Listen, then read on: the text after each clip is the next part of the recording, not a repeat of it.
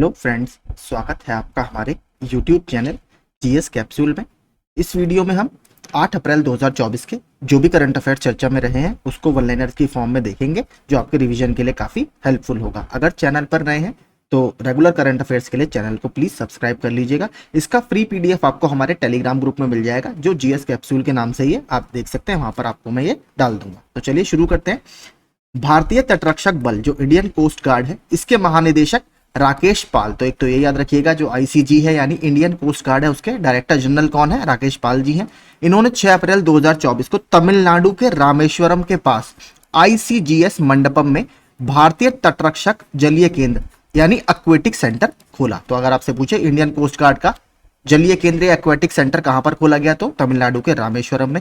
अगर बात करें इंडियन कोस्ट गार्ड की या इसकी हिस्ट्री की, तो इनफॉर्मली या अनाधिकारिक रूप से इसको 1 फरवरी 1977 को बनाया गया था और बाद में इंडियन कोस्ट गार्ड एक्ट लाया गया 1978 में। ठीक है, उसके तहत इसको फॉर्मली एस्टेब्लिश कर दिया गया, जो कि आपका लागू हुआ 18 अगस्त 1978 से।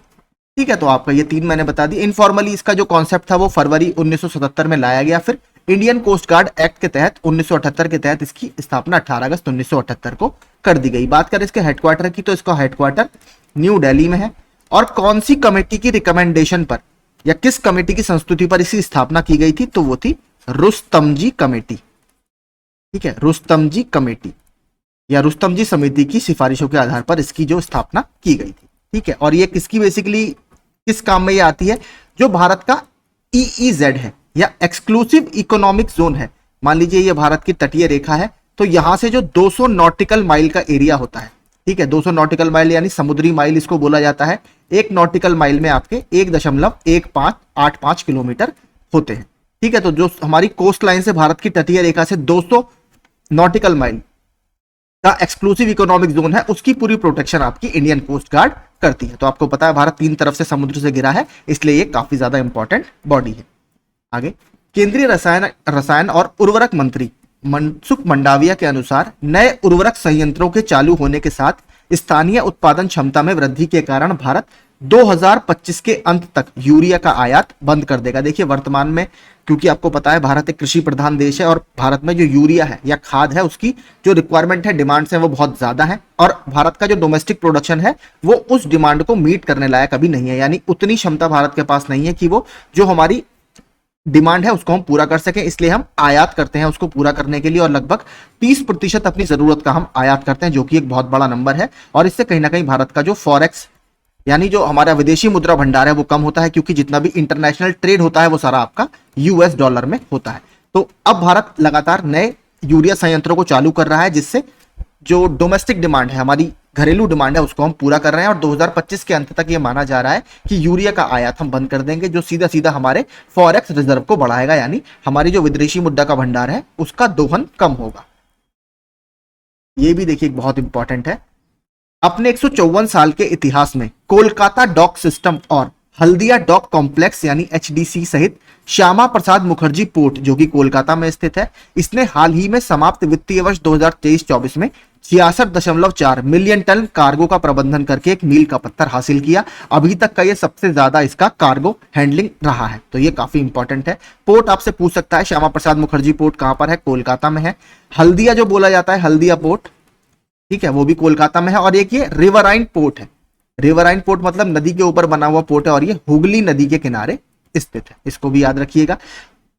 बात करेगा भारत में 2 तरीके के पोर्ट होते हैं। एक होता है आपका मेजर पोर्ट, जो बड़े पोर्ट होते हैं वो है भारत में 13, और एक होते हैं लगभग माइनर पोर्ट, जो छोटे छोटे पोर्ट हैं। भारत में 200 से ज्यादा माइनर पोर्ट्स हैं, और मेजर जो पोर्ट हैं, बड़े पोर्ट हैं, वो है 13। ठीक है, मेजर पोर्ट जितने भी होते हैं, केवल 13 मेजर पोर्ट की मैं बात करूं तो मेजर पोर्ट आपके मेजर पोर्ट्स एक्ट 1963 के तहत मैनेज किए जाते हैं, और ये सीधे सीधे सेंट्रल गवर्नमेंट के अंतर्गत आते हैं।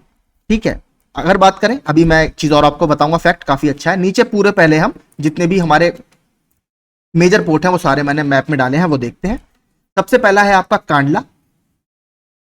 इसका नाम बदलकर आप क्या कर दिया गया है, आपको पता होगा,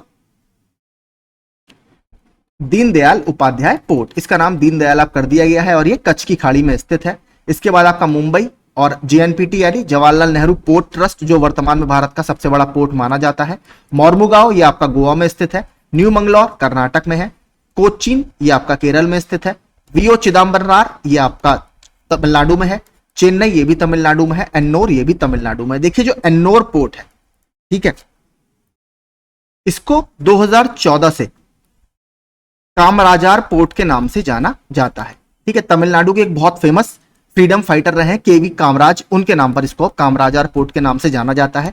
और भारत का एकमात्र कॉर्पोरेटाइज्ड पोर्ट यही है। कॉर्पोरेटाइज्ड पोर्ट जो है वो यही है, यानी जो प्राइवेट सेक्टर है कहीं ना कहीं पब्लिक प्राइवेट पार्टनरशिप में इसको मैनेज किया जाता है। बाकी सारे पोर्ट आपके डायरेक्ट सेंट्रल गवर्नमेंट के अंतर्गत रहते हैं, लेकिन जो एन्नोर पोर्ट है ये कहीं ना कहीं भारत का एक निगमित पोर्ट इसको बोला जाता है, या कॉर्पोरेटाइज्ड पोर्ट इसको बोला जाता है। तो 3 पोर्ट आपके चेन्नई तमिलनाडु में है। फिर आपका है विशाखापट्टनम पोर्ट। अगर भारत का डीपेस्ट पोर्ट की बात करें, ठीक है, तो इंडिया का सबसे गहरा पोर्ट जो है वो विशाखापट्टनम पोर्ट ही है। ये है आपका पारादीप पोर्ट। पारादीप पोर्ट अभी चर्चा में क्यों रहा था? देखिए अभी तक जो भारत का सबसे ज्यादा कार्गो हैंडल किया करता था वो कांडला पोर्ट किया करता था, लेकिन अब उसको बदलकर पारादीप ने इसको पछाड़ दिया है। मतलब वैसे तो सबसे बड़ा पोर्ट JNPT है, लेकिन पारादीप से आगे कांडला था, लेकिन इस बार पारादीप पोर्ट ने कांडला को पछाड़ दिया। उड़ीसा में ये स्थित है। इसके अलावा उड़ीसा का एक और पोर्ट चर्चा में है, गोपालपुर। ये भी मैंने आपको बताया था। गोपालपुर पोर्ट में अभी लगभग 90% से ज्यादा हिस्सेदारी अदानी पोर्ट्स ने खरीद ली है, तो ये भी चर्चा में है और ये भी उड़ीसा में ही स्थित है। और आपका एक और पोर्ट है कोलकाता। इसके अलावा आपका एक अंडमान निकोबार में पोर्ट है, पोर्ट ब्लेयर। तो ये सारे आपके पोर्ट्स हैं जो मेजर पोर्ट्स के अंतर्गत या बड़े पोर्ट के अंतर्गत आते हैं, जो मेजर पोर्ट्स एक्ट 1963 के तहत मैनेज किए जाते हैं, भारत सरकार के डायरेक्ट अंतर्गत है। एकमात्र निगमित पोर्ट आपका एन्नोर पोर्ट है। अगर बात करें ओल्डेस्ट पोर्ट की, तो ओल्डेस्ट पोर्ट आपका चेन्नई माना जाता है, भारत में सबसे पुराना। रोमन साम्राज्य वगैरह में भी इसका जिक्र हमें देखने के लिए मिलता है। भारतीय पुलिस सेवा के IPS अधिकारी लव कुमार को विशेष सुरक्षा समूह जो SPG होता है, ठीक है, स्पेशल प्रोटेक्शन ग्रुप, उसके महानिरीक्षक के रूप में नियुक्त किया गया है। इंपॉर्टेंट क्यों है? क्योंकि ये उत्तर प्रदेश कैडर के IPS ऑफिसर है, इसलिए मैंने ये डाला है। इसके अलावा कुछ और जो अभी नियुक्ति चर्चा में रही है उनको देख लेते हैं। रक्षा के क्षेत्र में राष्ट्रीय जांच एजेंसी, ये जरूर पढ़िएगा, ये बहुत इंपॉर्टेंट है। जो नेशनल इन्वेस्टिगेशन एजेंसी होती है उसके महानिदेशक के रूप में सदानंद वसंत दाते जी को चुना गया है, दिनकर गुप्ता की जगह। पुलिस अनुसंधान एवं विकास ब्यूरो के महानिदेशक, इसको BPRD बोला जाता है, ठीक है। Bureau of police research and development, Rajiv Kumar ji को बनाया गया है बालाजी श्रीवास्तव जी की जगह। राष्ट्रीय आपदा प्रतिक्रिया बल NDRF, national disaster response force के महानिदेशक पीयूष आनंद जी को बनाया गया है अतुल करवाल की जगह। और स्पेशल प्रोटेक्शन ग्रुप जिसका ऊपर महानिरीक्षक बनाया गया है लव कुमार जी को, उसी का एडिशनल महानिरीक्षक किसको बनाया गया है? S सुरेश जी को पहले बना दिया गया था। तो ये सारे भी डिफेंस से चर्चा में थे। SJVN लिमिटेड, इसका फुल फॉर्म है सतलुज जल विद्युत निगम। एक ये हाइड्रो इलेक्ट्रिक या पानी से बिजली बनाने वाली कंपनी है, स्पेशली हिमाचल प्रदेश वाले एरिया में ये ऑपरेट करती है।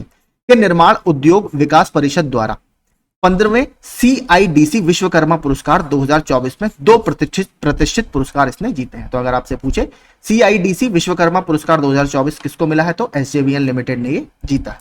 इसके अलावा हाल के कुछ पुरस्कार देखते हैं। नवीकरणीय ऊर्जा वित्त पोषण श्रेणी यानी फाइनेंशियल की कैटेगरी में स्कॉच ESG पुरस्कार 2024 किसको मिला है? REC लिमिटेड को मिला है। रूरल इलेक्ट्रिफिकेशन काउंसिल किसके अंतर्गत आती है? मिनिस्ट्री ऑफ पावर या शक्ति मंत्रालय के अंतर्गत आती है। अंतरराष्ट्रीय संस्कृति पुरस्कार 2024 मीरा चरंदा जी को दिया गया है, दिल्ली यूनिवर्सिटी के कालिंदी कॉलेज की एक प्रोफेसर है। टाइम्स ग्रुप द्वारा टाइम्स पावर आइकन 2024 पुरस्कार ये विजय जैन जी को दिया गया है। इसके अलावा ये वाला देखिए जो मैंने हाईलाइट किया, ये बहुत इंपॉर्टेंट है, एबल पुरस्कार 2024।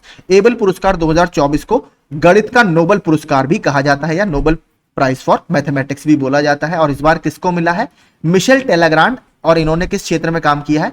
संभाव्यता सिद्धांत और स्टैटिस्टिक की प्रक्रियाओं में काम करने के लिए। इसके अलावा 29वां देवी शंकर अवस्थी पुरस्कार 2023 किसको मिला है? निशांत जी को, उनकी कविता पाठक आलोचना के लिए। आगे चलते हैं। 2 इंपॉर्टेंट डे मनाए गए थे परसों। राष्ट्रीय हस्त निर्मित दिवस हर साल अप्रैल के पहले शनिवार को मनाया जाता है, जो इस बार 6 अप्रैल को पड़ा। इस बार की थीम क्या रही? हस्त निर्मित उत्पाद खरीदे। देखिए ये इंपॉर्टेंट क्यों हो रहा है, आपने देखा होगा BUP-SSC कोई भी रैंडम डे उठा के पूछ लेता है, क्योंकि बाकी सारे दिन बच्चों को याद ही है, लेकिन अब उन्होंने नया ट्रेंड अपनाया, कोई सभी दिन उठा के वो पूछ लेते हैं। तो आप सारे ये डे याद कर लीजिएगा। राष्ट्रीय पुस्तकालय दिवस या नेशनल लाइब्रेरी डे कब मनाया जाता है? ये भी 6 अप्रैल को मनाया जाता है। ये भी देखिए काफी इंपॉर्टेंट एक खोज हुई थी पहले। वर्ष 2024 जर्मन मनोचिकित्सक हंस बर्जर द्वारा इलेक्ट्रोएन्सेफेलोग्राम यानी ईईजी की खोज का शताब्दी वर्ष है। तो इलेक्ट्रोएन्सेफेलोग्राम एक ऐसा इंस्ट्रूमेंट होता है जो आपके ब्रेन की एक्टिविटीज को मेजर करता है और ये 1924 में हंस बर्जर द्वारा खोजा गया था और इस साल इसकी खोज को 100 साल पूरे हो गए हैं। तो आपसे सीधे पूछता है, साइंस के जो क्वेश्चन आते हैं उसमें आता है कि इलेक्ट्रोएन्सेफेलोग्राम का काम क्या है, तो ये ब्रेन की इलेक्ट्रिकल एक्टिविटीज को मेजर करता है। ईईजी एक चिकित्सा परीक्षण है जो मस्तिष्क की विद्युत गतिविधि यानी इलेक्ट्रिकल एक्टिविटीज को मापता है। मस्तिष्क को समझने के लिए एक महत्वपूर्ण उपकरण वर्तमान समय में ये बन गया है। इसकी तरह ही दो और इंस्ट्रूमेंट होते हैं जो मैंने नीचे डाले हैं। ईसीजी ये तो सब आपने सुना ही होगा, इलेक्ट्रोकार्डियोग्राम तो ये हार्ट से संबंधित है, और एक होता है आपका ईएमजी, इसकी फुल फॉर्म है इलेक्ट्रोमायोग्राम, और ये जो आपकी एक्टिविटी होती है मसल्स की, ठीक है, जो हमारी बॉडी में मसल्स होते हैं उसकी एक्टिविटी को मेजर करने के लिए या मापने के लिए ईएमजी का यूज किया जाता है। तो तीनों आप याद कर लीजिएगा। एक काफी बड़ी खोज हुई है आर्कियोलॉजिकल साइट की। पुरातत्व और संग्रहालय विभाग ने तेलंगाना के सूर्यापेट जिले में फणिगिरी स्थल पर इक्ष्वाकु काल का एक सिक्का भंडार खोजा है। तो हाल ही में आपसे पूछ सकता है कि सिक्का भंडार कहां पर खोजा गया है, तो एक जगह है फणिगिरी। फणी बेसिकली देखिए क्या है आपका, फणी संस्कृत में सांप के फन को बोलते हैं या एक स्नेक का पर्यायवाची है, ठीक है। और गिरी मतलब आपको पता ही होगा, गिरी का मतलब पर्वत होता है। फणिगिरी जिसका अर्थ है सांप के फन की पहाड़ी, हैदराबाद से लगभग 110 किलोमीटर दूरी पर स्थित एक बुद्धिस्ट साइट है या बौद्ध स्थल है। इसके अलावा मैंने आपको एक और बुद्धिस्ट साइट बताई थी जो चर्चा में है, वो है सन्नति। सन्नति आपका कालाबुर्गी डिस्ट्रिक्ट है कर्नाटक का, ठीक है, वहां पर चर्चा में है, इसको भी याद रखिएगा सन्नति। ये भी बुद्ध की साइट है और यहां पर अशोक का जिक्र हमें मिलता है। आपने देखा होगा बाकी सारे जो अशोक के शिलालेख हैं उसमें देवनाम प्रियदर्शी उसको बोला जाता है, लेकिन यहां पर अशोक को रण्यो अशोको, यहां पर जो शिलालेख मिले हैं इस नाम से अशोक को बोला गया है, तो ये याद रखिएगा। ये इंडिया और जापान का एक चांद का एक्सप्लोरेशन का मिशन है, चांद की खोज के लिए मिशन है। चंद्र ध्रुवीय अन्वेषण मिशन, जिसको इंग्लिश में लूनार पोलर एक्सप्लोरेशन बोला गया है, चंद्रमा के दक्षिणी ध्रुव क्षेत्र का पता लगाने के लिए भारतीय अंतरिक्ष अनुसंधान संस्थान इसरो और जापान एरोस्पेस एक्सप्लोरेशन एजेंसी, जो जापान की एजेंसी है जाक्सा, उसके बीच एक संयुक्त मिशन है। तो आपसे सीधे पूछेगा लूपेक्स मिशन कौन सी दो देशों की स्पेस एजेंसियों के बीच का मिशन है, तो इंडिया और जापान के। जाक्सा इसमें क्या करेगा, आपका लॉन्च वाहन और रोवर प्रदान करेगा, जबकि इसरो लैंडर का योगदान देगा। जो हमारा विक्रम लैंडर था आपने देखा होगा, उसी तरीके का लैंडर इसरो इसके लिए प्रोवाइड कराएगा, जबकि जो रोवर होगा, जो प्रज्ञान जैसे था रोवर, जो वहां पर चलेगा सतह पर, और लॉन्च व्हीकल वो जापान का इसमें होगा। सिएरा लियोन के राष्ट्रपति ने हाल ही में अपनी सरकार से कुश नामक सस्ती और कभी कभी घातक सिंथेटिक दवा के बढ़ते उपयोग पर रोक लगाने के आह्वान के बाद मादक द्रव्यों के सेवन पर राष्ट्रीय आपातकाल की घोषणा कर दी है। तो राष्ट्रीय आपातकाल की घोषणा कुछ जो एक ये सिंथेटिक ड्रग है इसके कारण सिएरा लियोन ने की है। ये इतना इंपॉर्टेंट नहीं है, मेन है हमारे लिए सिएरा लियोन। तो सिएरा लियोन को मैंने मैप डाला, यहाँ पर आप देख सकते हैं। दो कंट्री से मात्र ये बॉर्डर करता है, एक तो गिनी से और एक दूसरा आपका लाइबेरिया से। नीचे देखेंगे आप लाइबेरिया। बात करें इसकी राजधानी की, तो इसकी राजधानी है फ्री टाउन, जो कि आपका आपने देखा होगा नॉर्थ अटलांटिक ओशन या उत्तरी अटलांटिक महासागर में पड़ता है। इसके अलावा बात करें अगर इसकी करेंसी की, तो इसकी मुद्रा क्या है, तो लियोन ही इसकी करेंसी है, ठीक है, लियोन यही इसकी करेंसी का नाम है, तो ये आप याद रखिएगा। आगे चलते हैं। जलवायु कार्यकर्ता सोनम वांगचुक और लेह एपेक्स बॉडी ने चांगपा खानाबदोश जनजातियों की दुर्दशा को उजागर करने के उद्देश्य से पश्मीना सीमा मार्च को बंद करने का फैसला किया, जो चीनी घुसपैठ के कारण अपनी हजारों वर्ग किलोमीटर की भूमि खो रहे हैं। तो बेसिकली जो चांगपा खानाबदोश जनजाति है वो भारत के आप देखेंगे दक्षिण पूर्वी लद्दाख के चांगतांग पठार में ये पाए जाते हैं। तो सबसे इंपॉर्टेंट प्रश्न यही है, सबसे पहले अगर आपसे पूछे कि जो चांगपा जनजाति है कहां पाई जाती है, तो लद्दाख में पाई जाती है। ये देखिए आपने सुना होगा एक पश्मीना, ठीक है, पश्मीना जो गोट होती है उसका एक तरह से उसको चराते वगैरह जो है वो यही जनजातियां करती हैं, और ये लद्दाख में आपकी पाई जाती है। तो इसको याद रखिएगा, ये बस इसलिए इंपॉर्टेंट है क्योंकि पश्मीना जो शॉल वगैरह बनता है बहुत महंगा शॉल आता है, आपने देखा होगा। तो उन जिन भेड़ों की या जिन बकरियों की ऊनों से वो बनता है, वो चांगपा जनजाति के लोग ही उनको रियर करते हैं या उनका पालन पोषण करते हैं। तो ये आप याद रखिएगा, लद्दाख में पाई जाती है, ये जरूर याद रखिएगा। तो यही सारे आज के इंपॉर्टेंट करंट अफेयर्स चर्चा में थे। सिएरा लियोन देख लीजिएगा मैप वगैरह। अभी इसका PDF टेलीग्राम ग्रुप में डाल दूंगा, वहां से आप रिविजन आराम से अपना कर लीजिएगा। Thank you so much.